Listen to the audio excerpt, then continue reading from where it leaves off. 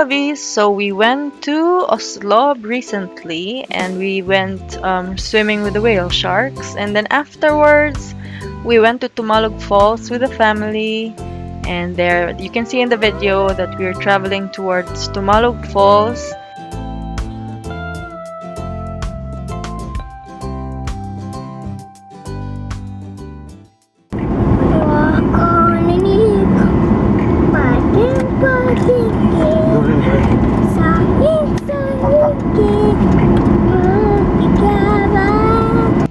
Thank you so much, Kitty, for your intermission number.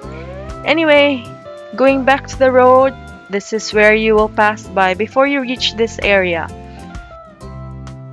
There will be motorcycle riders waiting for you if you don't have any vehicles, or you can also park your vehicles there in the parking space.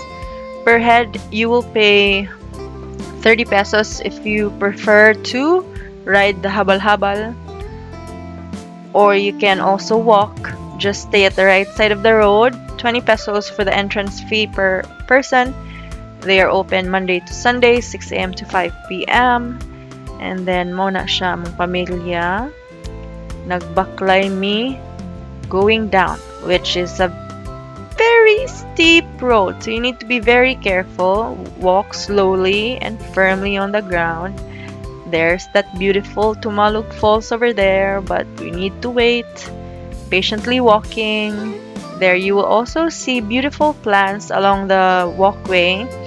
You can also see, be careful with the cliff at your side, of course. Muna siya. Nagkaduol na mi, pero nagka-steep pod ang agianan. There you go. So always make sure you stay right, because the motorcycles also stay at the right when they go up. And muna, kay kung maglisod sila pasaka if naamo sa other side. So this is where you can get life vests and also eat your meals, and then you can swim there away from the falls.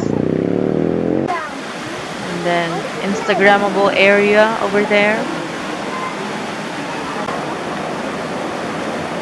So just be careful because it's very slippery. Some rocks are very slippery. And also please avoid touching stones and arranging them which they are not naturally arranged. Na ayaw i-disrupt ang Mother Nature. See, daghang tawo kay it's a weekend. And later on, you'll see in the next videos how we enjoy the Tumalog Falls. So, thank you so much for watching. Please finish this video and don't forget to subscribe and like and follow my page. Thank you so much, lovies. Enjoy!